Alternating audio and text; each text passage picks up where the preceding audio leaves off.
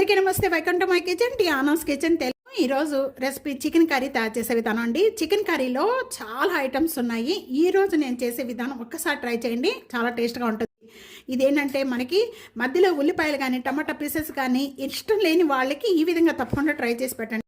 అది గుజ్జుగా ఉంటుంది, మనకి రోటీలో కానీ రైస్లో కూడా చాలా బాగుంటుంది, చాలా టేస్ట్గా ఉంటుంది. బటర్ నాన్లో కూడా మన తండు రోటీ ఇలాంటి వాటిలో కూడా తీసుకుంటే చాలా టేస్ట్గా ఉంటుంది. 700 గ్రామ్స్ చికెన్ తీసుకున్నాను. ఇది బాగా సాల్ట్ వాటర్తో 3-4 టైమ్స్ వరకు కూడా బాగా క్లీన్ చేసి పెట్టుకున్న చికెను.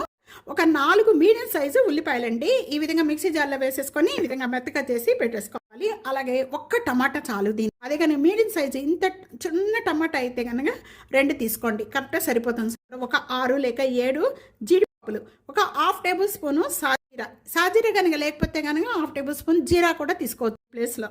1 టేబుల్ స్పూను గసగసా, 1 టేబుల్ స్పూను డ్రై కోకోనట్, చిన్న జాజికాయ పీసు.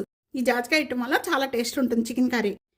అలాగే ఒక స్టార్, ఒక 4 లేక 5 లవంగు, కొద్దిగా దాల్చిన చెక్క, 2 యాలకులు.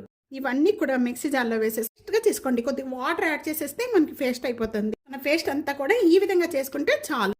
3 టేబుల్ స్పూను ఆయిల్ యాడ్ చేస్తున్నాను. ఇక్కడ ఆయిల్ బాగా కాగిపోయిన వెంటనే ఇక్కడ 2 లేక 3 పచ్చిమిర్చి ఉల్లిపాయ పేస్ట్ అంతా ఇప్పుడు దీంట్లో యాడ్ చేసేసుకుందాం.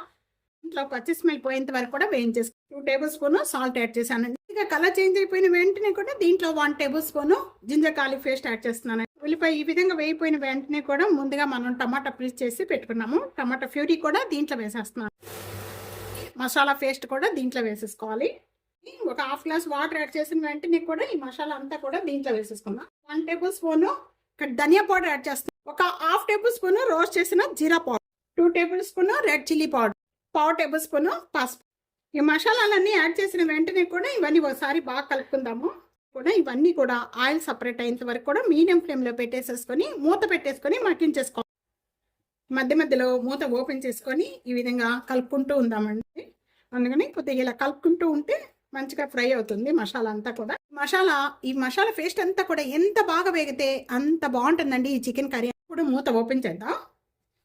ఇక్కడ ఆయిల్ అంతా కూడా సపరేట్ అవుతుందండి. ఈ మసాలా అంతా కూడా ఈ విధంగా వేగితే చాలు. దీంట్లో యాడ్ చేసేస్తున్నాను. చికెన్కి ఈ మసాలా అంతా కూడా బాగా పట్టించేసేయాలి.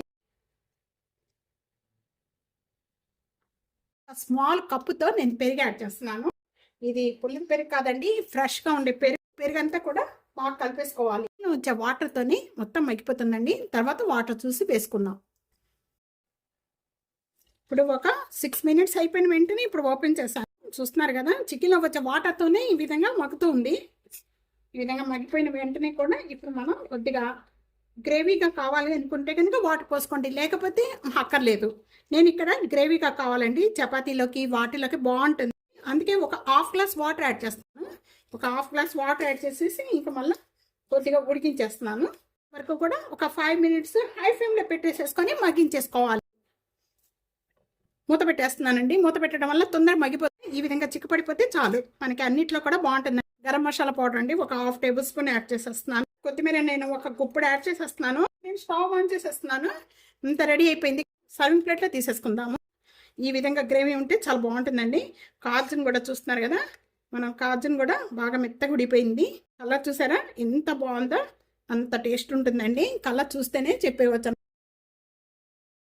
చికెన్ కర్రీ రెడీ అయిపోయింది. ఈ రెసిపీ ఇదే విధంగా తప్పకుండా ట్రై చేయండి. చాలా అంటే చాలా టేస్ట్గా ఉంటుందండి. చికెన్ కర్రీలో చాలా రకాలు ఉన్నాయి, నా వీడియోలో చూడండి ఒకసారి.